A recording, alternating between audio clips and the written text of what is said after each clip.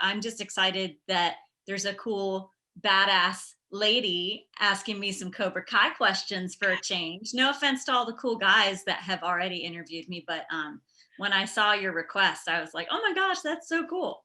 Thank you. We'll get there. I don't know if we have to. You don't have to start there. I don't want to talk about me right away. Hey, there's a chick on my app. Right, I'm just saying women aren't meant to fight. You have tiny, hollow bones. Don't you think you're doing a lot of genderizing? What? Don't be a pussy. Join Cobra Kai. I was a natural cobra. Well, I am here with Erin Bradley Dangar, and you play Counselor Blatt on Cobra Kai. But you're so much more than that, and I'm so glad that you're here. Oh, you're so sweet. Thank you. I appreciate it. Thanks for having me. No problem. Right away I want to, talk to you about the movie that you're promoting right now. That's out, Sun, and it just looks really interesting. I haven't gotten a chance to watch it yet. I'm going to be upfront. Okay. But it's one of those ones I'm excited to watch. Well, thank you. Yeah, it's intense. It's got all the best qualities, I think, of both a horror and a psychological thriller, in that it's not just a slasher movie with no real plot where you're screaming at every girl to not go into that room, or don't go that way. It's not like that. It's got a really creative story. It's based around the occult, so there's some mystery and kind of creepy stuff that is brought up there. And it's got plenty of blood and guts too, for those who like that. So it's a nice balance, I think. Oh, and we love balance here on this channel. It's always a good word. It's like a trigger word for me, but the good kind of trigger word. I mean, I'm super excited. I don't know if I was always the biggest horror movie fan, but I love thrillers, and I love like psychological stuff. I watch like all the crime shows, and like Criminal Minds is one of my, my top 5 shows. Are you a Matthew Gray Goobler fan? You like the Goob? Oh yeah. Love the Goob. Oh yeah. I love myself a nerdy guy. Oh my gosh. Especially when he's a handsome one, right? I know. My mom sits there. She's like, Shamar Moore. And I'm like, Mom, Matthew Gray Goobler. Yeah. I mean, there's no shortage, really. My poor father. That in the early seasons, that Mandy Patinkin's a handsome guy too. I mean, such a great actor. I think that's also part of it, is they all have such real grounded performances. They're believable. That's charming to me too, because you can really get into it and immerse yourself in it. Yeah, no, and it's a family affair usually when we're watching it, which is so fun. And we all fight about the different ways we want to watch TV. I'm like, shut up till the end, and my mom's sitting there like, why is this happening? And she asks so many questions, and I'm like, Mom, shut up, I'm watching. And then my dad is like, oh, my daughter likes the nerdy boy, where's my life going? No, that's a good thing. Nerdy boys are the best ones, right? Absolutely. Oh, for sure. You're the first person I've had on that I can talk about that with. That's funny. I mean, they're smart. They're usually funny. They've got everything going for them. I like your style. I've never been into bad boys. I'd make an exception, I guess, for Johnny, because he's come around to, presenting a better side of himself. But normally I don't go for the bad guy stuff. Oh, you see, I had my bad boy phase. Like, I did that.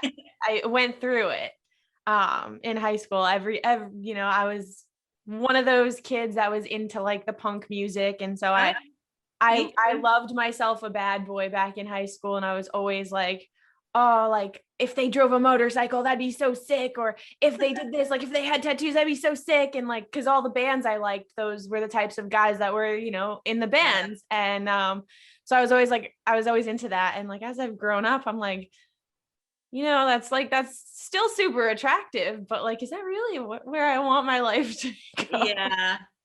I have to say, I was very into punk in high school. I played in a punk band in high school. And the guys that were in my band, while they might have looked like bad boys, were not. They were still just nerds that wore black and like had really cool haircuts. Yeah. No, you find out that a lot of them are really big softies on the inside. And that's something that I think my family's had a lot of conversations about, because I was always into punk music, and now like my brother is like super into like the rap and everything.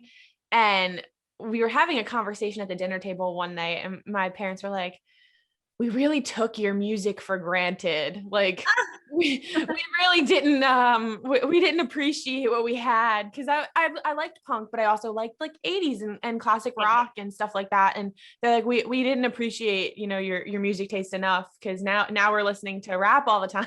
And I was like, sorry guys, but you know, like I think that a lot of alternative and punk musicians are actually a lot better influences than people would realize, which is yeah, definitely. And I think a lot of them, I mean, they're artists at heart, but I also think that there's like not a generational thing necessarily, but like a time thing. Like even today's rap isn't that much different from my days punk rock. It was the fresh, new, creative thing going on. And just like everything else, there's gonna be a spectrum of like some maybe produced stuff that isn't really genuine, to the stuff that is really genuine, that split into like good influence, bad influence, whatever, you know, whatever is floating around in there. And yeah, I mean, you hear a lot of now the FCC's rules have changed, or you're listening to stuff streaming where there aren't the rules that they have for the radio. And so you're hearing a lot of foul language that didn't used to be allowed. So it's like a whole different ball game. But I think it, for the parents, speaking from experience, I think it just stems from that same jarring kind of like, this isn't what we listen to thing. So, but that's funny that just in the span of how far apart are you and your brother? 3 years. Okay. Yeah, it's a different. With the punk music you were listening to though, was it old school punk or newer stuff? Everything and anything. I went down the rabbit hole, and I think I started with like what was current at the time. Yeah. So when I first started listening to punk, like pop punk, that was like I call my gateway drug was like All Time Low and Yellow Card. Those were like the two bands that I started with. And then from there, you progress backwards, and you hit like Blink-182 and Green Day, and then you go further back, and you get to like the Ramones and like and stuff like that. So yeah, I do you mean, ever listen to, like, Black Flag or yes, I did. I used to love, I guess, and on the spectrum of that too is like the nerdy punk. Like I loved 7 Seconds, which I don't think anyone thought was like particularly badass or anything, but I love them. I got to see them play live one time at a tiny little club in my hometown. Oh, tiny shows are the best. Yeah, tiny shows. I miss shows. I miss concerts. I used to be a concert, like a 3 concert a year kind of person. Like I said, I was a staple at Warped Tour every year for a while, and I just miss going to shows. I miss live music. Well, I have a prediction for you, given that propensity and the fact that you are now a senior in college, right? So you're old enough to get into the 21 clubs soon, if not already. When this pandemic is over, you're going to be a 3 show a week girl for a while, probably. Like, go to a club here in Atlanta called the Star Bar, and there was another one, the Earl and the Echo Lounge, and we would just make the rounds every week. There was some kind of cool local music playing, and just go and watch a live show and see your friends. It's so fun. And I think a lot of people, myself included, are going to flock to that when we can again. Oh my gosh. I turned 21 over the pandemic back in June. And I was, something that I'd always looked forward to is going to those kind of places. Yeah. And then I was like, oh, I'm 21. What do I do? Like, where do I, how do I celebrate this? Like in my head, it was always going to be a concert or something that I went to, and not like a night out of like bar crawling. It was always gonna be something, you know, more chill. And it never happened, and I was so sad. You need a do-over. this year is going to be like double. You'll be 22, so it'll be double digits. You'll have to do the whole thing, like a week long, seeking out all music shows, doing fun stuff. Oh, I can't wait. Here, that's fair. I mean, you are also a music lover, and that started really early. Yeah. I mean, really early, like when I was 5, not punk rock, obviously, but I had one of those little portable record player things. It probably sounded like crap, but I liked it. And my grandparents would bring me records, and I still have almost all of them, I'm pretty sure. I mean, if I've lost any along the way, it's been like in a move, because I have all my original, well, they're all right there. All the Disney records and all kinds of crazy stuff that I would listen to and memorize. Nothing sounds like that anymore either. Those like Disney choruses, no one can achieve that effect, even when they try. There's something magical about those. So I love Disney. Yeah, I was a Disney kid for sure. I loved it. Oh, I grew up. I loved all the movies where the protagonist was like was the female kind of thing, and Mhm. like Mulan was one of my favorites. I mean, I consider Jasmine to be the better of the two leads in Aladdin. They just did that remake, and she was like the most badass thing I've ever seen in my life. And I was like, this is how it should have been done. It was I know.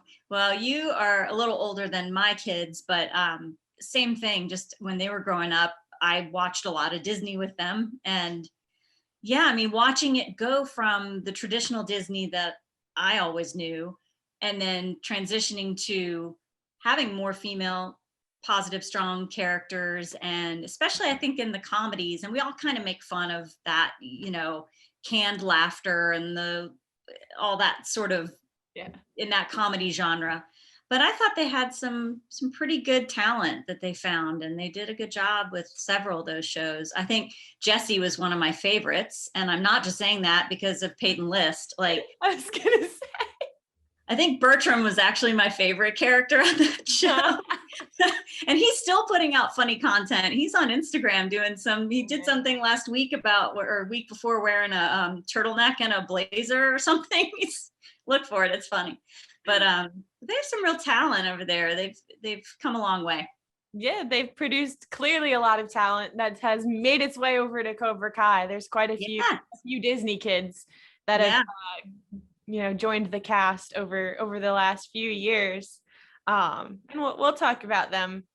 Talk about them later. Yeah, sure. Well, one thing I do want to say, I still want to hear about your early music days. Oh, okay. You played bass. I do. I play bass guitar. So the bad boy who wasn't a bad boy, my friend Doug, that I was in the. So we were like punk mixed with a little bit of that goth vibe.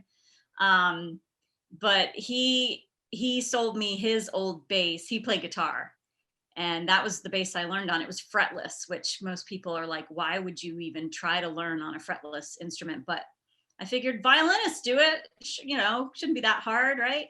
And I'd played piano since I was 5. So when I was like 16, I transitioned to learning the bass and self-taught. I pretty much sat in my room, and REM was my favorite band at the time, pre all the punk rock stuff. And so I knew all those bass lines by heart. I didn't realize that I did, but I had always kind of tuned into that part of music. And so listening to Mike Mills' bass lines on those songs, I would sit and record myself playing along with them. I still have some of those tapes. And then fast forward many years later, one of my bands, the Motolitas, was playing in Athens, Georgia, at the 40 Watt Club, which is their big kind of indie alternative club there. And you look out in the audience, and Michael Stipe is out there, the lead singer of REM. He's very, recognizable. And at the time he had a shaved head. I guess he still has. He had shaved his hair. He had long hair for a long time, but at this point he had shaved his head. And so he just stood out really immediately. And after the show, I realized that Mike Mills was with him. And they came backstage, and we were talking, and they invited us to come to some party they were going to. So we went. I stood on the front porch of this probably a frat house at UGA. I don't even know where we were. And stood there talking to Mike Mills until 4 a.m. about all things bass and music and bootlegging, because a lot of people would bootleg their shows and then make records and sell them. And being from Pennsylvania, I had some of those because I couldn't get to see them live where I lived until they got famous. And so we talked about like how they felt about that. And it was such a great conversation. He was the nicest person. And I ended up, I had bought a 45. It's like a gatefold, really nice 45 of Wendell G, one of my favorite songs of theirs. And I had it, and he signed on the inside, "Lessons Given, Mike Mills," which I thought was so special because he did, like, he basically taught me how to play bass just by like mimicking him. So it was a really cool moment. That is so cool. I love that. I have moments like that in my life too. I mean, like when you get to sit down and talk to an artist that like meant a lot to you, it's always so cool. And then especially with like, you know, when I was growing up, you saw a lot of these bands over and over again, and you had the ability to do that. Yeah. And what ended up just being so cool is a band called Sleeping with Sirens that I had been listening to since I was like 11 or 12, which was way too early to be listening to them. I would go see them all the time, and it got to the point where I had met them over and over again, and one of the guitarists would always, he knew who I was, he knew where I went to school. He would always ask me like, "Oh, how's Syracuse? Like, how's it going?" And it's because I got to see them at a really small show, where I had the ability to really sit down and talk with him one time. And it has gotten to the point where now every time I see him, he's like, "I feel like I'm like your weird uncle. Like I see you like 4 times a year for holidays." But I mean, like what's so great is like you have the opportunity to do those kinds of things when you go to either a small show or where they end up at your show or whatever it is. That's what I love about like music in general is how accessible it is. Yeah, for sure. And even now in the pandemic, my family and I have been watching concerts on this platform that's new to me. It may not be new, but called Noon Chorus, Noonchorus. And like a band from the 90s that I loved called the Connells. They're out of North Carolina. They did a reunion concert maybe 2 weeks ago and went to this club that they used to play at a lot in the old days when they were playing live, and recorded the show there. So it was almost like going there to their hometown and seeing a local show. It was beautifully produced. It sounded awesome. And then the very next night I watched Kristen Hirsch from Throwing Muses, who I've always loved. But it's really cool if you're looking to kind of fill that void right now, where you can't leave your house to see a show. If you have a big TV that you can play it on, it's an immersive experience, as close as you're going to get without going in person. So we've really been enjoying that. Oh yeah. Oh, shows are the coolest. And then you got to play them, you got to go to them. And I saw you actually went for like a week or something. You were on tour with the Indigo Girls. Yeah. My band, the Arts and Sciences, was on, as with my band, the Modolitas, we were on Amy Ray's independent record label, Damon Records. And she was just so gracious. For every band on the label, you'd get a week or some longer, depended on whether you were just starting out or if you had a following. And it was based on where your radio airplay was doing the best. It was very smart and calculated. Like, we were getting airplay on college radio on the East Coast. So they took us with them for a week of dates up and down the East Coast, with the intention of reaching fans that already have kind of heard you on the radio and know who you are, and you build that grassroots following. And it was really they're the nicest folks. And I had the best time.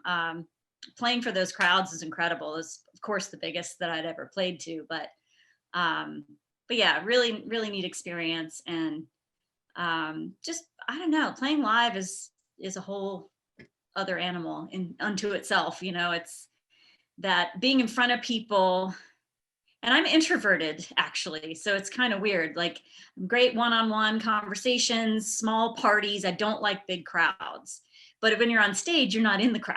No. You're separated from it. So it's different. Because I thought that might be a little daunting, but it ended up being fine because there's like this barrier in between you of 4 feet down from the stage, and then the people start. So it wasn't too bad. Yeah, a lot of fun. That's so cool. Like that's just an Thanks. incredible experience. I'm sure it had to be insane. And I was stalking your IMDb page because, as one does, right? Doing your research as a journalist.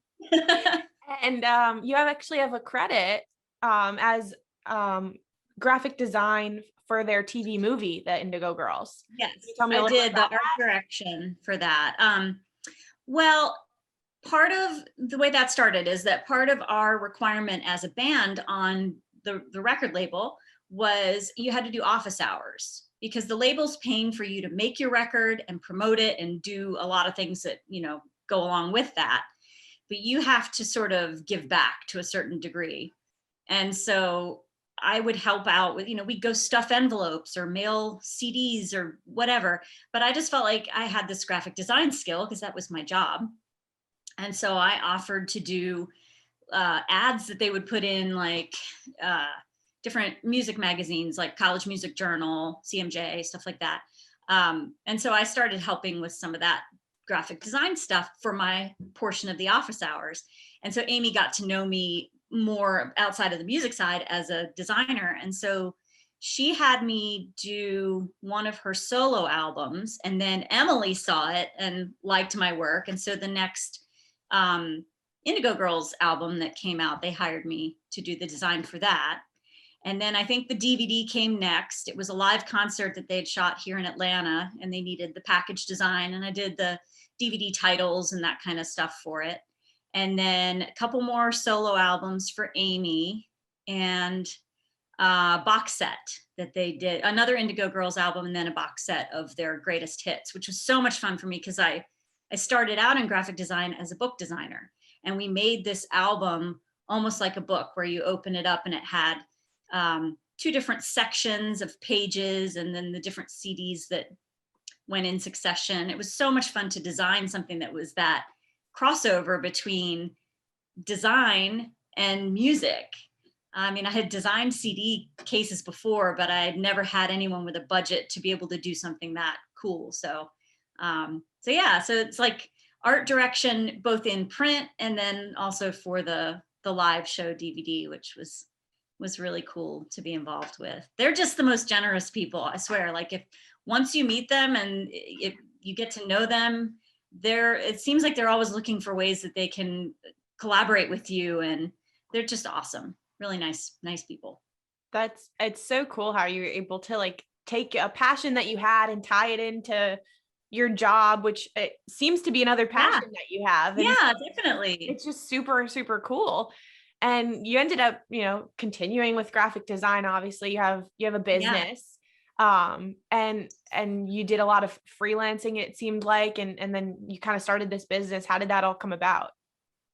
Well, I was the vice president of a recruitment advertising company here in Atlanta that closed, 2003, I guess it was.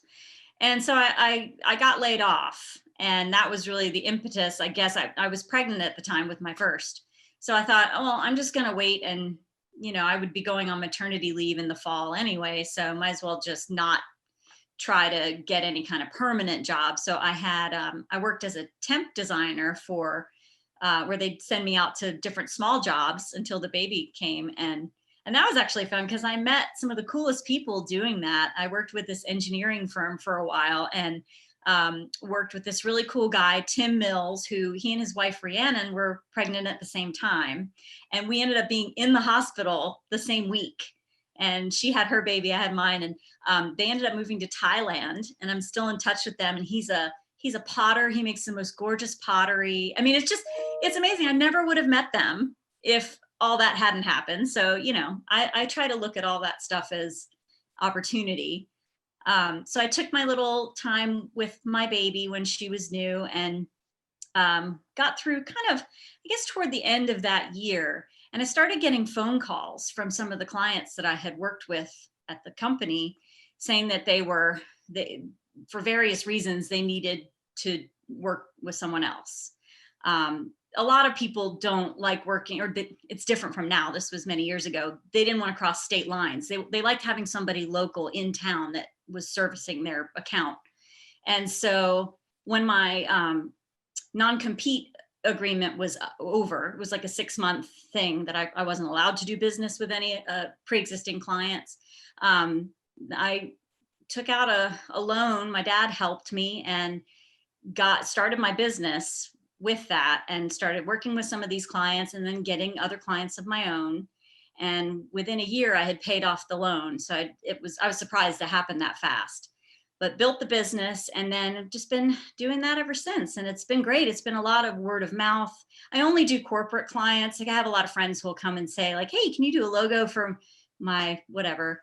And sometimes I can do that, but most of the time I have some corporate clients that I really focus on their needs first. So but yeah, so I've been doing the graphic design thing. I actually still, other than with the pandemic that got a little weird last year, but I still work for my first client, which my first freelance client was my first job out of school. I worked for the University of Alabama as a book designer, my first full-time job. And when I left there, my boss at the time was like, you could probably do this from home.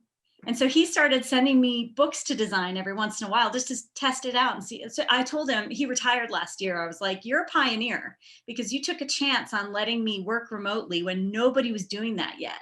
He knew I had the computer and the software, and he figured we could find a way to make it work. So I think I've been working for them for more than 20 years. So it's kind of crazy. But it served me well. I guess I'm noticing a pattern in that all the things that I enjoy doing involve creativity of some kind, whether it's music or design or acting.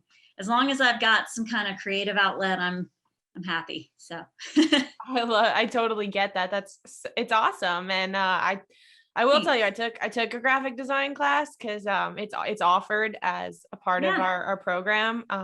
We actually have a whole major dedicated towards it at oh yeah, because you're in journalism, right? Mm-hmm. So yeah, that's all I did. I took that one graphic design class. It didn't go great. It didn't go great. Definitely going to stick more with the writing, but that's a great outlet as well. It was not everybody can do it. It was really, really cool. I wish I was better at it. What's a good skill to at least dabble in if you have any need to promote yourself doing anything? It served me well for promoting this podcast. I make my little graphics, very basic on like Photoshop and InDesign, and I just do a little bit of. Yeah, that's awesome. I think it'd be great if everybody had that. My kids have a class in high school that they can take as an elective for that. And I think it's a great thing here I get into advice mode, but anyone out there, if you have that available to you, even if all you ever use it for is to make your resume look cool and not like crazy, but, professional, but nice typesetting and good spacing between your sections. And, you learn all that and you will stand out from other people because of how professional your piece looks. It's worth it, I think. But everyone thinks they're a designer and they know nothing until they learn. So don't be that person either that just thinks, oh, I can do this.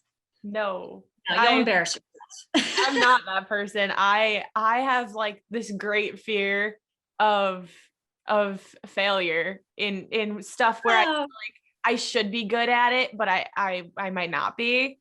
So stuff like graphic design or like creative things that kind of go around the world of journalism that I feel like I'm supposed to be good at, that I might not be. I'm always so nervous to try.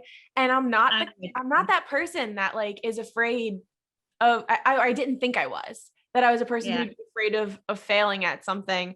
And then we all are though. I go to school and I'm like, I'm supposed to be good at journalism. So that involves this and this and this and this, and I have to be good at all of it. Nah. You just can't be. It's not always doable. No, it's impossible. I learned that early on when I used to get clients that would contact me about doing a print piece or a logo or something that was in my wheelhouse. And then they'd be like, hey, do you do websites? And back in the early days, I had taken an HTML class. I knew enough to be dangerous. I could put together something simple. And I did do a couple, but I hated it because it wasn't my, it was much more technical and not creative to me. I loved designing what I wanted to code, but I didn't like coding it. And it didn't take long before that took off in its own direction where, first of all, I couldn't keep up with it. But secondly, it would have been doing a disservice to my clients to say yes to those projects when I wouldn't know what all the latest bells and whistles were that were programmable, and they'd miss out on something. So it became better to then align myself with really talented people who specialized in each of these things and build a dream team that I can bring to the table for projects. So that's what I do now. I know all kinds of people that do writing and coding and social media marketing and video production. And I'm actually working with a longtime friend and client on a big project right now where she's like, I need all these people and I don't know how to put it together. So that's been really nice, is being able to kind of connect people with opportunities and then also connect the client with great people who do great work. So, and it's all the same like creative connections. And so it makes me happy. I mean, it's awesome. Putting together a dream team is important no matter what you're doing. Yeah. Because everybody talks about, sports dream teams, but they exist in every profession that you can. Oh, yeah. Because everything is always about teamwork and surrounding yourself with people who are going to build you up and serve a purpose that is for the greater of whatever it is that you're doing. So, yep, I agree. And supporting each other and creating a collaborative environment instead of a competitive one is really important. Yeah, you have to tell me. Afraid. I know that it's probably an age thing, and I'm sure that I felt the same way that you do when I was your age. But, as you get older, you kind of stop giving a crap about certain things. And I wish that we all gained that sooner, because I do feel like yes, that stuff's scary when you don't know how to do it, but you don't know, and you also know how to find out. There's so many resources online and elsewhere that people that are mentors that you can talk to. And I don't think you ever will hit a dead end with something. If you need to figure it out, you're smart, you're savvy, you'll figure it out. So don't be scared. Let the fear fuel you instead of holding you back. Yeah. That's my advice. Thank you. I mean, I appreciate the advice, and through my 4 years at Syracuse, I've definitely picked up on some of those things, and there are a lot of things that I've learned to stop giving a crap about. Yeah, that's good. This year especially. Some of it's bad. I don't know. This year is definitely, I've picked up a few bad I don't give a crap habits for sure. Yeah, me too. I think we all have. And that's okay. We can be kind to ourselves and others about, the toll that this past year has taken on all of us, and kind of hopefully be able to start fresh as things open back up and the COVID infection levels continue to drop, hopefully, and hopefully we're headed to a better place. Tell me though, where acting fits into all of this, because it sounds like you have a pretty full life. I do. I don't know where I even find time for anything, but so in the mix when I was little, I loved music, took piano lessons, and then in first grade I did a little school play, and The Elephant's Child. And I loved it so much. I got to sing a song that I was really excited about. And so then my mom, I'm sure, was the one who thought, oh, you might be interested in acting classes. And there was this historic theater in my hometown called the Fulton Opera House, and they offered some kids classes. So she signed me up there. And I don't remember what all class. I mean, they were just like introductory kids acting classes. But as I got older, I remember doing a script writing class and some other more intensive, like junior high, high school level stuff. And then I'm jumping ahead, but and the school that I went to in junior high and high school also had a great theater department. So I did some plays there. But earlier than that, even I started auditioning for the local theater groups in our town that performed at the Fulton. So this is a theater, real ornate, gorgeous, old, beautiful building that I've been going to see shows since I was little. And so when I got cast in my first big production, it was big to me. It wasn't touring or anything, but we did like a 2 or 3 week run of Here's Love. It's the musical version of A Miracle on 34th Street. And I got the lead in that, and that was it. I mean, I think the bug already bit me when I was in first grade, but then having that feeling that, oh, okay, other people actually agree that I can do this. Like, it's not just me thinking I could do that. You get that legitimacy and that validation from getting a part. And that made me think, oh, maybe I should do something with this. But then I auditioned for like Peter Pan and something else and didn't get the roles. I really kind of had my sights set on Broadway. I wanted to go and live in New York and do that whole life. But it got waylaid by music. As once I didn't get the part in Peter Pan, and as a teenager, you get a little bit more angsty about the rejection. And I started just kind of feeling like, maybe I don't want to do this, and switched to music. And that carried me through my 20s and 30s until 2005. My friend Emily Suarez, I think her name was Suarez at the time, did a short film and asked me to be in it. And that was so much fun. That was my first time doing something on camera other than a commercial I had done as a kid, and loved it. And I don't know why I didn't get into the scene here in Atlanta sooner, because my husband worked for Macy's. He produced all of their commercials until they moved the Macy's headquarters to New York about 10 years ago. But he and his team in the broadcast department cast everything. They did all the voiceovers. They went into the post-production studios. They went on location to exotic places to shoot these commercials. Like, he had his finger on the pulse of all the stuff that was starting to bubble up in Atlanta. And I was just like, just went over my head. Yeah, so dumb. I even wrote the script for one of their commercial, or well, not for a Macy's commercial, but for a commercial spoof thing that they were doing as just for fun. And I'm like, I'm like dabbling in this stuff and not getting it, that I could actually it was so much fun, but it was like a hobby. Did not even occur to me. And then now, years later, for example, season 1 of Cobra Kai, when we all went in to do ADR, where you re-record or you add, in my case, they wanted to add something that wasn't in the script originally. I ended up recording it with Sean Coleman, who was one of the guys at Doppler Studios that my husband had worked with all those years ago. So it all just comes full circle. It's kind of crazy. It is funny how those things end up working out. Yeah. You've brought us to a great little segue to start talking about Cobra Kai. Okay. You delivered one of the most iconic lines of season 3. Hugs, not hits. Hugs, not hits. It's like Dare, but it actually works. Right. That remains to be seen.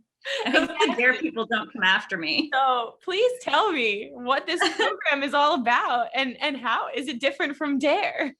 That's a good question. And I wonder too, a lot of people have brought up, how is that going to work in a pandemic where it's almost more dangerous to hug each other than to hit each other? At least you can hit someone at a distance.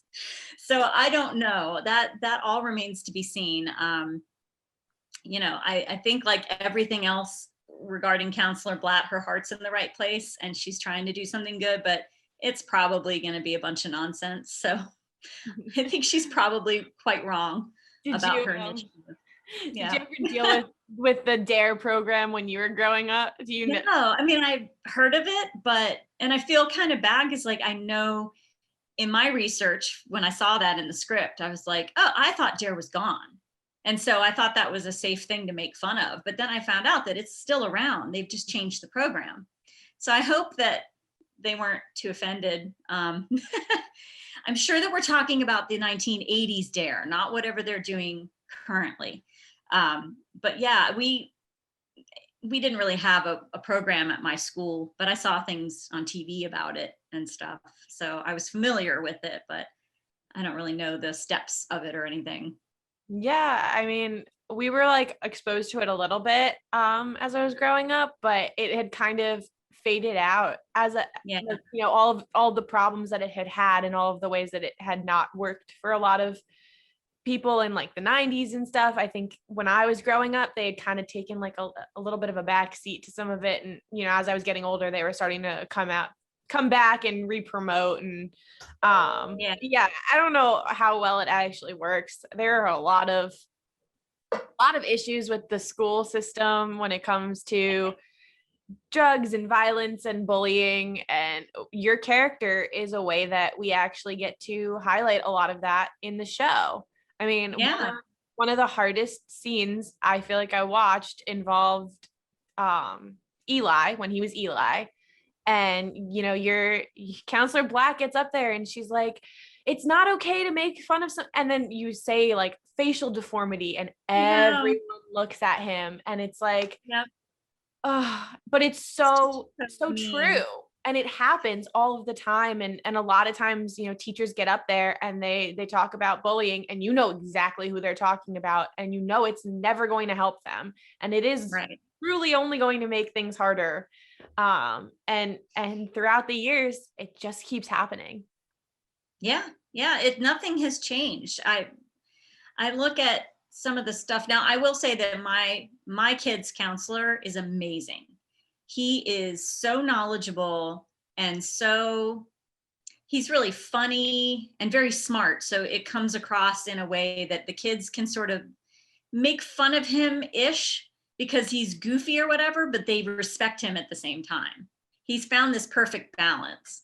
And I even emailed him and was like, yeah, I'm sorry that I'm like portraying your profession in this light. And he immediately rattled off like 5 or 6 other shows that do the same thing. He's like, we always get that. But it's because as a general rule, it does seem like most of that guidance counseling kind of adult authority in schools is a little bit off. But there are the shining stars like Dr. Jackson at my kid's school who are amazing. And especially like right now, my eldest is looking at colleges and the wealth of information that these counselors have about the application process and, you know, just how to stay sane when you get a rejection from a college. I mean, it's like a whole other segment of stuff that I don't feel like we ever really had much guidance in. I always thought of them, I guess what I'm saying is more like the keeping the peace people and teaching you not to bully and not to fight. I didn't even think about all this other stuff that they specialize in that is so amazing. So we're really only scratching the surface with these stereotypes of the school counselors, which isn't fair.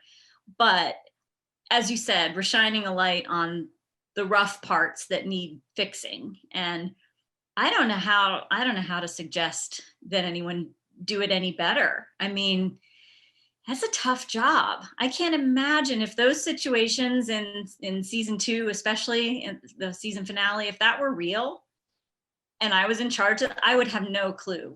What do you do?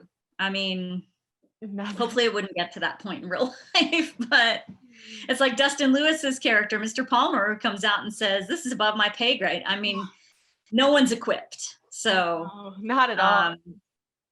Yeah, it is. It's a testament to their brilliant writing that they're able to make a comedy, but it also has some of these more serious notes to it that they're making commentary on, and brilliantly, I think. And the kids do seem to really relate to it. The younger people that connect with me on Instagram, you know, they're always basically saying, you know, I hate your character, but I guess they're saying I play it well because they believe that they hate her, but it's always because she represents something in their own lives that happened to them that was unjust or unfair. You know, they were made to apologize for something that it was the other kid's fault, but because it's two of them, adults love to make both kids apologize to each other, and that always feels icky. It's always that kind of situation, and they relate to her because of it. So Yeah. maybe I'm doing some good somehow. I don't know. I hope. I think so. I absolutely think so. I think that I went to a really, really big high school. I graduated with like 800 kids in just my grade alone. And so something that, we just didn't have enough counselors. Yeah. And that would be. even during the college process, you're saying, how amazing your counselors are at helping kids cope and deal. My counselor didn't really feel like giving me the time of day about colleges until she realized I might be able to go to a really good one. And it was really kind of shitty. Like, it sucked. I had the same experience with people overlooking me in my school, because I went to a college prep school. So they were very focused on the kids who were going to Princeton and Brown and Vassar and whatever. University of Alabama here, which, hey, national champs in football, and it's an awesome school. But up north, where they aren't really familiar with the Southern schools anyway, and it wasn't Ivy League, they were not interested at all. Yeah. So, I think the shortcoming there is that, first of all, college isn't for everybody. That's not the best option. My husband went to college. That's where we met. He has a 4-year bachelor's degree in telecommunication and film. And yet, when the recession happened many years ago, he had to do a career 180 and reinvent himself. And he went back to school for HVAC. And that is a trade where that is recession proof. And when you're in it for a long time, you make good money. And yes, you're in attics and crawl spaces and, sweating profusely and working your butt off. But a lot of people don't like sitting at a desk all day. And there are so many jobs out there that you learn a trade, you're active all the time, you're doing something that is recession proof, so your own income is protected. And I don't think they think that way. These guidance counselors, now I think at my kids' school, they really do. They have a whole career academy that you can choose as a pathway in high school, and you can get your associate's degree along with your high school diploma. See, I think that's forward thinking that we didn't have in my day of, let's show everybody what all the options are and see what excites them. It doesn't necessarily have to be college, but when it is, I think they did you a disservice by not paying attention to your aptitude and your interest and trying to connect you in that way. And I do, like you're saying, it's a lot of students. I do think that would be a tough job, but there's got to be a way, or hiring more people. But if they don't have the budget, it kind of it forces you, when you go to a big school like that, to take your own initiative. And the benefit of going to a school like where I went, in a very large public school, was that we did have a lot of electives. And so something that I always said, growing up, was like, they don't teach, they make us sit through trigonometry, but we don't take like how to manage your bills and how to pay your taxes. Yeah. Like, we don't take any of that stuff. And I always thought that was important, but we actually had, and I didn't have time to fit them all in because of all those core requirements, but we had an elective on like how to balance your budget. We had a wood shop elective, and we had an auto shop, like kids like rebuild cars and stuff. And so if that was what you were into, you're able to take that. And so I ended up taking a broadcasting elective, and it was a very basic class. And but it was I was like, I want to go to school for journalism. And once I figured that out, I was able to go to my counselor with thoughts in my head already. And that helped. But not every kid, wants to take that initiative. And it was unfortunate that we didn't have, we have a big budget. We're a big public school, but you can never have enough guidance counselors because, unless you have one-on-one visits all the time, and the problem is you had to take that initiative yourself and schedule an appointment. Right. Some kids don't speak up or don't feel comfortable with it, and then they're going to get left behind, which there's only so much you can do too as a parent to advocate for that, because we don't always know. Like my younger one was very interested in interior design for a long time. So we were trying to help find avenues for that and summer camps and things. And now she wants to be a veterinarian. So now we're going to go down that pathway, which is awesome. But it's like, if we as parents aren't even fully aware of what's exciting our kids, how can a teacher that doesn't even know them out of 800 kids, we can't expect them to be able to identify. You do have to speak up for yourself or advocate for yourself, like you're saying, to a certain degree. But yeah, and I guess programs that show kids opportunities, like having parents maybe come in and talk about their jobs. I've done that in the past, gone in and talked about graphic design, and they do have a graphic design class at the school. It's a whole pathway. I think that's one of the ones you can get your degree in, your associate's degree. So, but yeah, I mean, I think there are pros and cons, obviously, in everything in life. So it's like finding that balance between providing the service, but also keeping the peace. And I think, at least at our school, the assistant principals help with that too. They're more the disciplinarians, while these days the counselors are focused more on long-term counseling for kids who need ongoing help, but also the college counseling and helping kids to cope with keeping their grades up and staying on task and learning how to schedule and plan their time, things like that. We never had anything like that. But yeah, I mean, that would be great, along with the how to balance your checkbook and all that kind of stuff. That is really valuable.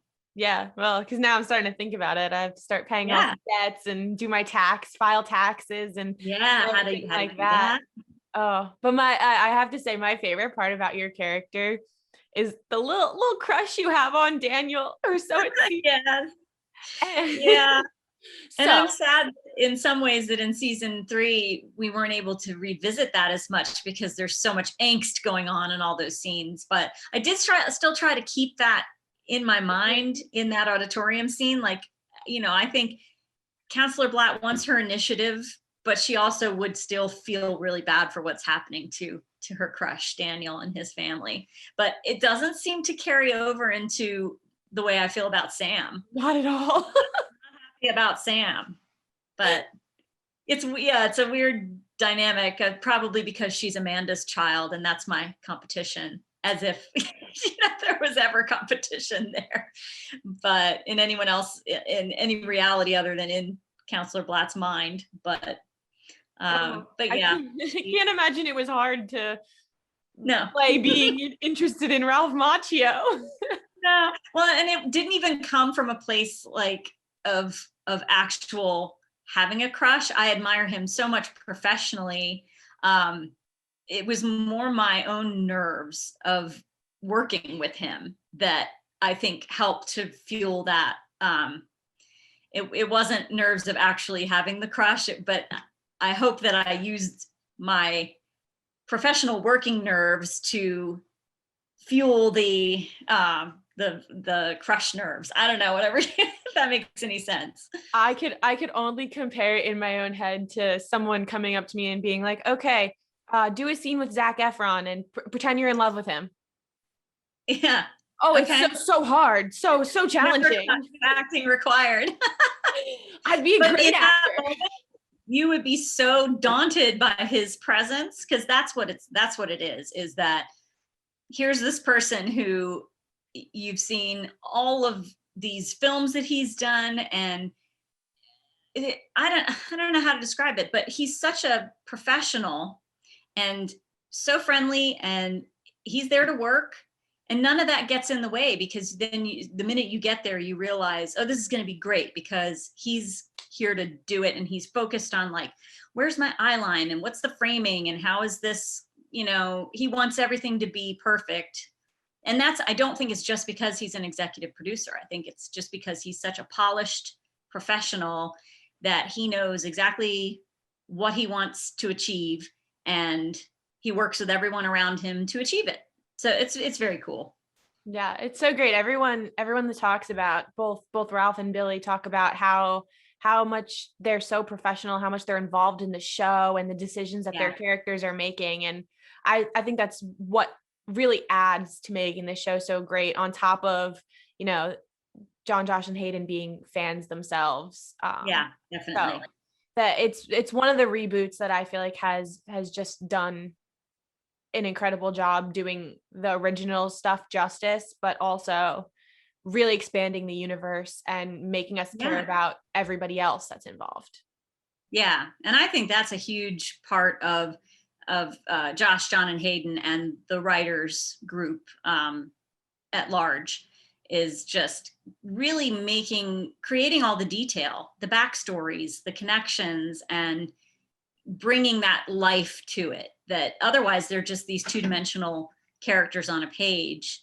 And yes, an actor can bring that to life, but when there's more thought behind it from the creators, the actor doesn't have to do so much guesswork, and it all fits together a lot better. So yeah, I I actually was just talking to Bo Mitchell, who plays Brooks. Oh yeah. And we were talking about how, the writers were telling him, your character is a lot like Dutch from the original film. And that's kind of what we're imagining in our heads, this loud, and it took it from being a bully to giving him an actual direction. And I think something similar with your character too, is they gave you a little bit of a backstory that we don't really know anything about, but it totally must have helped you. Yeah, it did. And as I've said in a couple other interviews, they did shoot a chunk of revealing her backstory.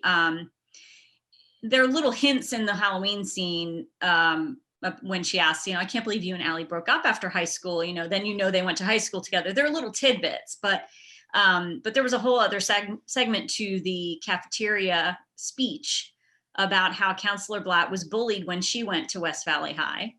And the kids used to call her Pizza Face. And that's when Brooks, Bo Mitchell's character, threw a piece of pepperoni at her face. And which he didn't really throw. I guess you may have heard about the pepperoni cannon that special effects built. And they shot the pepperoni at me from this cannon because the way the camera had to be set up, there was no way that he could fling a floppy piece of pepperoni that far. I'm sure he has a very good arm, but it would have just been impossible. So they shot it and it hit my cheek and landed on my shirt, and I'm like in tears or about to be. And that it was supposed to give the understanding that she gets it, even though she doesn't. Like for someone who is totally outing Eli for his being the one that the mom called about, you'd think she would know better, having had that experience herself. So I think that was why that was there. And they ultimately didn't include it, but they didn't need it, because as you're saying, I think just giving me that allowed the rest of the scene to have the undertone that it needed. And she still comes across as the bumbling idiot when it comes to all this PC stuff, but you can tell that her heart's in the right place. So I think that they created enough backstory to give her something to care about. Like, you don't just hate her. You hate her, but you're like, she's trying, but I can't stand her. You can have some compassion maybe for her. It's the way we feel about most of our adults in high school, is like, you can't stand them, but you kind of respect them, but you kind of don't, and you don't really know how you feel. And they're kids. Like, you're dealing with high school students who barely know themselves, much less how they feel about adults. That's true. You got to work with a lot of young cast members that are new parts of this Karate Kid, Cobra Kai universe. And like we said before, a lot of them were Disney actors. So what was your experience like working with them? Oh, they were fantastic. And I was going to say that earlier when we were talking about Disney, is that it's obviously a good school for actors, because even though we do tend to sort of make fun of the laugh track and the whole, I don't even know what you call that heightened level of comedy that's just so streamlined, and it's a definite genre. And to be trained in that and then come and do what is still comedic in some ways, but it's a drama. I mean, it's got real heart and real relationships and things that need to be portrayed in grounded and truthful ways. You can't just make a funny face and laugh, it's not the same at all. But all of the actors that came from that background are killing it. I mean, it's amazing to me that it shows their skill, but also their training, that they've been able to come from that and then still somehow emote and bring real grounded performances to, I don't know. I've been very impressed. And I've said this before too, but about Jacob Bertrand, that he is amazing. He said this in an interview one time, that he keeps Eli just under the surface as he's acting, because he knows in his mind as an actor that just because Eli has transitioned to Hawk and identifies as Hawk in this badass way now, he knows that in reality, he's still that same guy inside. He still has some of the same vulnerabilities and fears and frustrations. And so I love that he brings that to his performances every time. He doesn't make it like, oh, I'm this badass now. He's got those layers. And I don't know how, a Disney kid or a Nickelodeon kid, whatever, would know how to do that otherwise. I mean, obviously he's a natural, but he's had some good training too. Yeah, I mean, I say this all the time.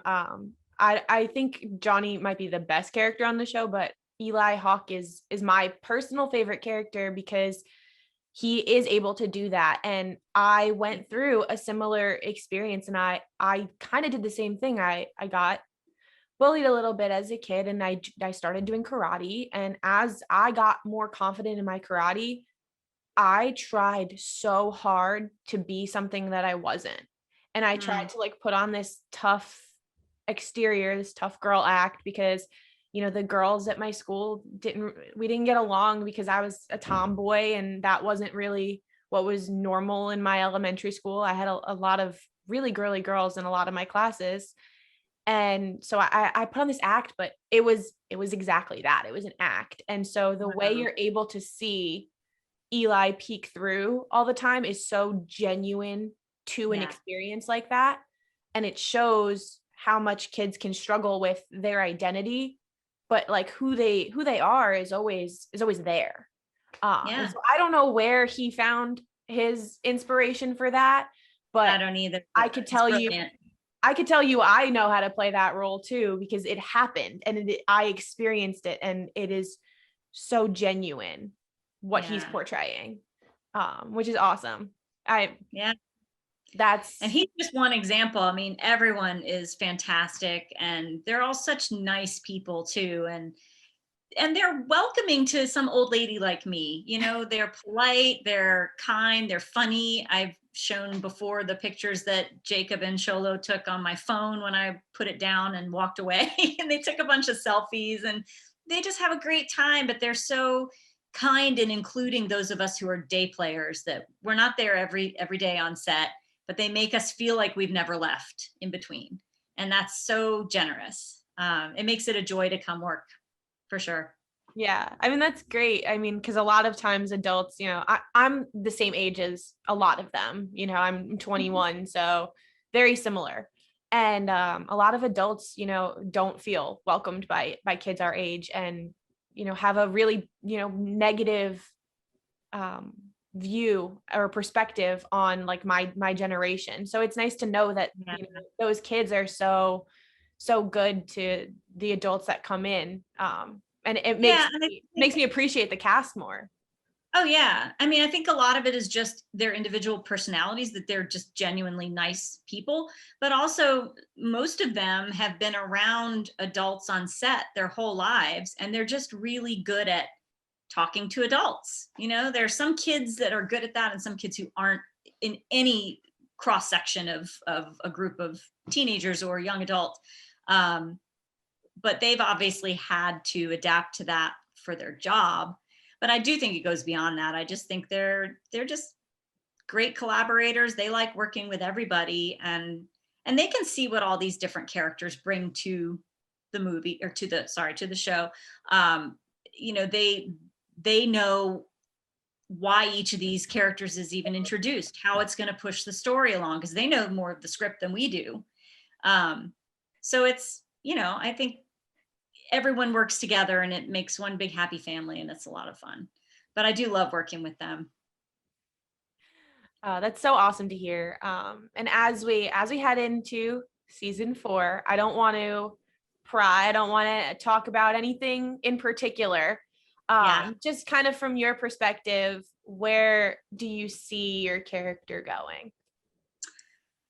I don't know. I am as curious about that as you are, because I think that given the arc from season 1 through season 3, obviously there weren't any teachers or school stuff in season 2 because it was summer, but going from trying to impart wisdom to the kids about how to behave to having them in season 2 completely go against all of that and get themselves into some serious hot water.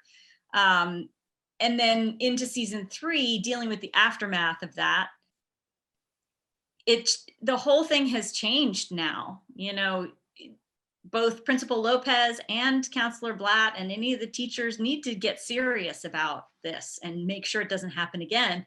But I'm not sure that they're equipped for that. So I don't know. I think you would have thought in season 3 that the actions of season 2 had taken enough of a toll on these kids that they would have just sort of self-corrected to a degree. Like, okay, that was extreme. Glad Miguel's okay. We can't let that happen again. But no, that doesn't make very exciting TV either. So I don't know. All I can say is that I think I have complete trust in the big 3 and the writing team. And I think that every time there's something that could be predictable, they surprise us. And so I don't even like trying to guess, because I'm as much a fan as the rest of you. And so I love seeing where their creative ideas go and where they take the story. And I think whatever it is going to be fantastic. Yeah. I mean, I've hope that their Counselor Blatt and Principal Lopez are going to be a little bit better about everything throughout the coming season, just because they do such a good job on creating social commentary. And so it would be nice to go the other side of the coin of like, okay, like they've been handling it wrong. Like, here we go. Like, we're going to handle it right. And that would be awesome. And the only reason I like to think about those things is because I think they're important conversation starters. Like when Sam speaks to Daniel about how kids view a girl that gets into a fight or wins a fight versus a guy, and it's all so true and resonates with me so well. And a lot of the reason that I wanted to start this podcast is to have those kind of conversations. Like you when I first got on Zoom with you, you said, you're the first girl that's reached out to me. And yeah, it's so cool. And it's always been hard to be that girl, but I've always been that girl. Like I'm in sports journalism. I'm one of the only girls that's there. And so I've always had to be that girl. And so when Sam had that conversation with Daniel, it was very moving. Yeah, that spoke to you for sure. Yeah, it did me too. And I think that, as you're saying, that social commentary is so important. And you think it's just this cool show, but there's more to it. And I think that is a big reason that people relate to it and they love it so much. So I do hope that at some point there will be some resolution to that, because I think people want to see that justice. So far it has just been injustice after injustice after injustice, whether it's, me letting Eli and the guys off scot-free and giving Sam and Dimitri and their crew detention, which is not fair, or, even just in episode 1, talking about the aftermath of the fight and just, here's this initiative that's going to fix everything. It's what's the word I want? Like, I don't know. I can't think of my vocabulary in this moment, but there's a word for it. Anyway, they're just glossing it over. They're not really doing anything. So I'd like to see something actually happen that is effectual eventually. Yeah, I where that goes. Wholeheartedly agree. I don't know what word you're looking for either. I'm trying to think of it. It'll For come you. to I me. totally got sidetracked. I was like, oh, what word is that? Lip service. Yes. That's what I was looking for. Yeah. There it is. It's in there. Yeah. But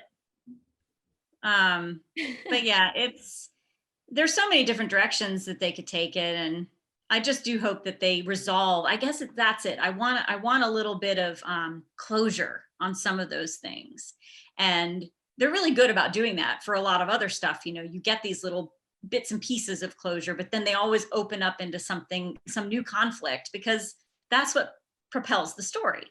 Right. But yeah, I would be interested to see if they can have her do a little better, maybe on something, and still miss the mark, because that's who she is, but maybe do a little better. Or just get on the wrong end of a roundhouse kick to the face and just give everybody that little bit of like, ha, and then move on with more stupidity in her dealings with things. It's like, just give everybody a little. Erin's looking to do some stunt work. Yeah. I would love it. No, but I think that people kind of want to see her get her comeuppance. It's either that or fix something, you know. Right. One way or the other, it'll be entertaining. Oh, as I start to kind of head towards wrapping up, something that I am challenging all of my guests to do, as well as myself, is to tell me the most positive thing that has come out of the pandemic for you, because a lot of us are focusing on all of the negatives. Yeah.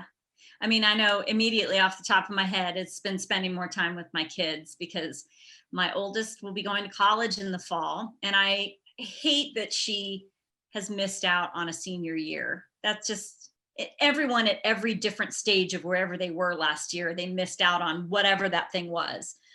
Whether it was their first year of kindergarten or your senior year of college, it's all significant and valuable.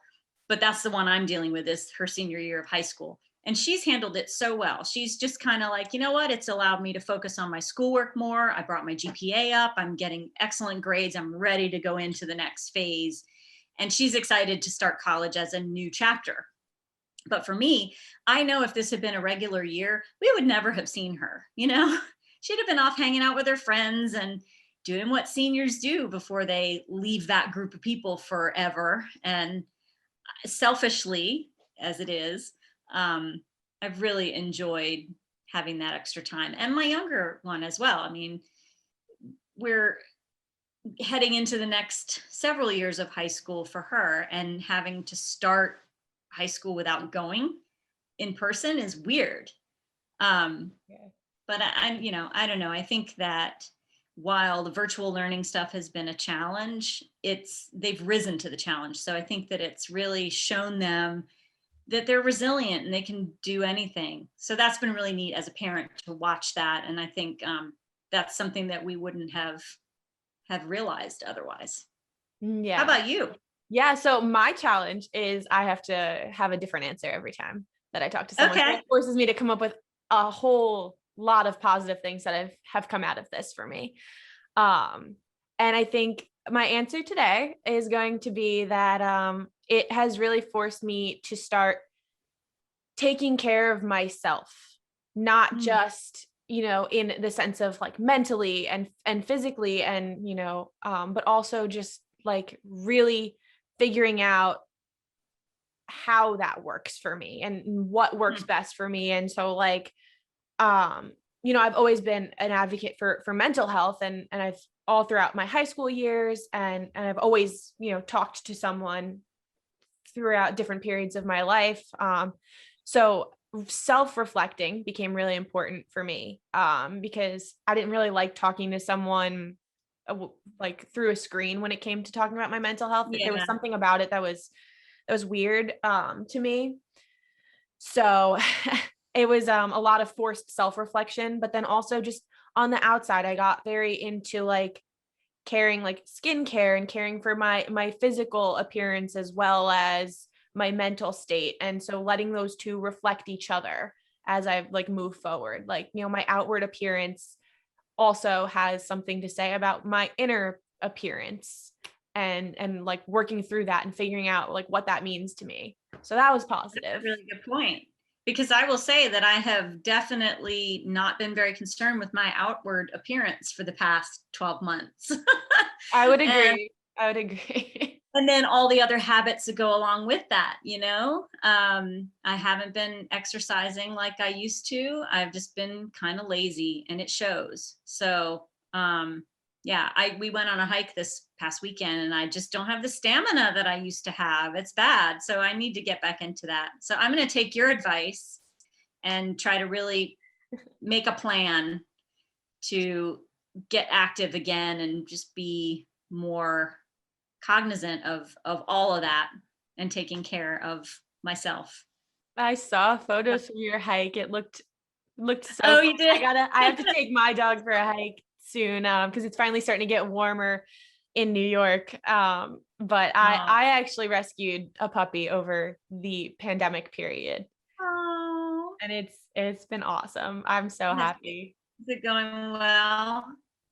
Puppies are a lot of work, but it's rewarding. It's a lot of work. She's a girl. So she's got all of the girl traits, all the human girl traits. She has them all. Like she's so stubborn. She's bratty.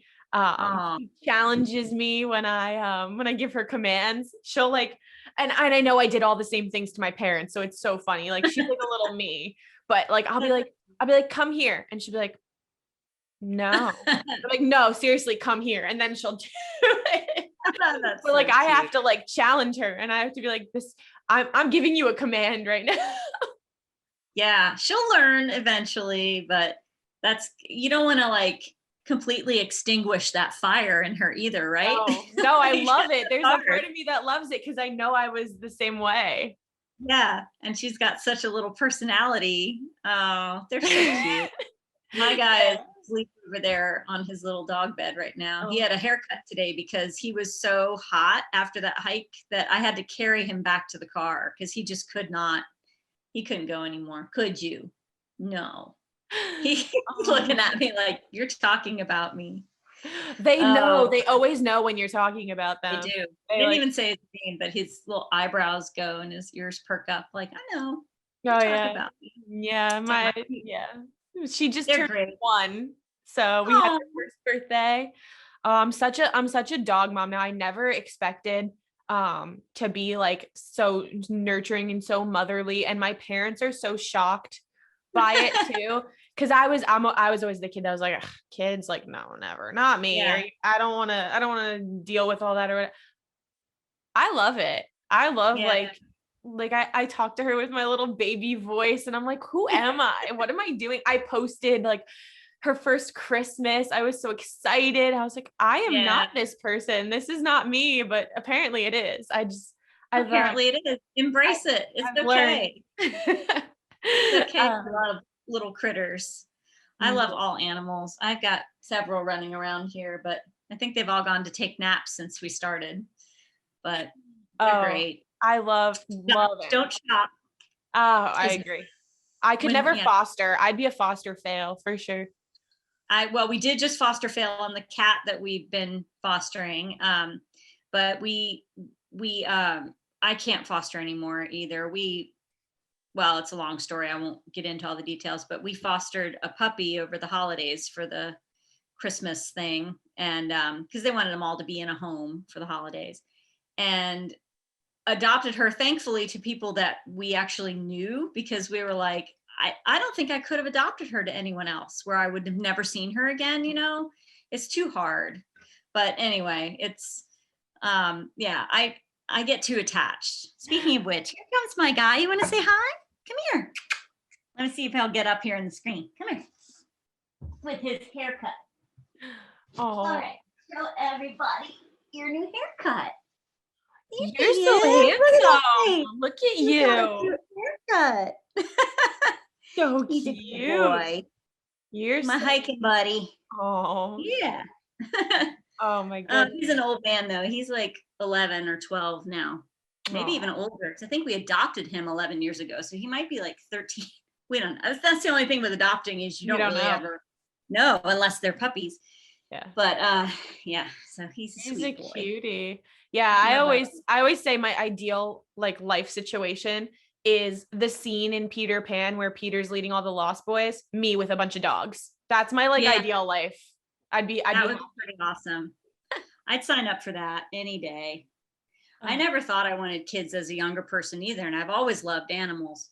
But then I met my husband, and I knew he'd be an awesome dad, so it all fell into place. But and I do love my kids, but my kids also love animals, so that's kind of a prerequisite. We all have to enjoy the animals for sure. Right. Bud? Yeah. Well, before we go, because I do have to drive my sister to practice Okay. in a little bit. I want to give you an opportunity to kind of tell us some stuff to see you in and where we can be looking out for you. And then also, tell us where to follow you on all your social media. Sure, thank you. Yeah, we talked about Sun. That is, aside from season 3 of Cobra Kai, that is my most recent thing to be released. And as Matt Lewis said when he was talking with you about the pandemic, just shut everything down. So Cobra Kai and Sun were the two things that I had wrapped prior to everything being shut down. And so I don't have anything else on the horizon at the moment, but if you like horror movies and psychological thrillers, you can check out Sun. And as far as where to reach me, I don't really do Facebook and Twitter. I'm there, but I don't. If you need to reach me, it's Instagram, which is at the Dangar Zone.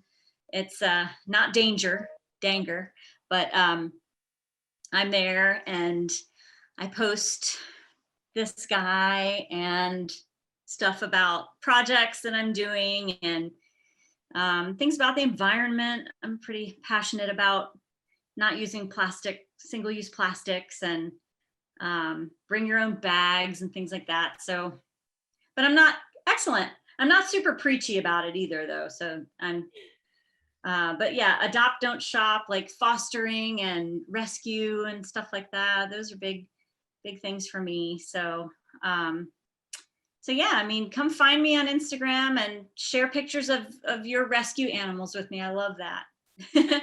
Well, thank you so much for joining me. And I look forward to seeing you in the future.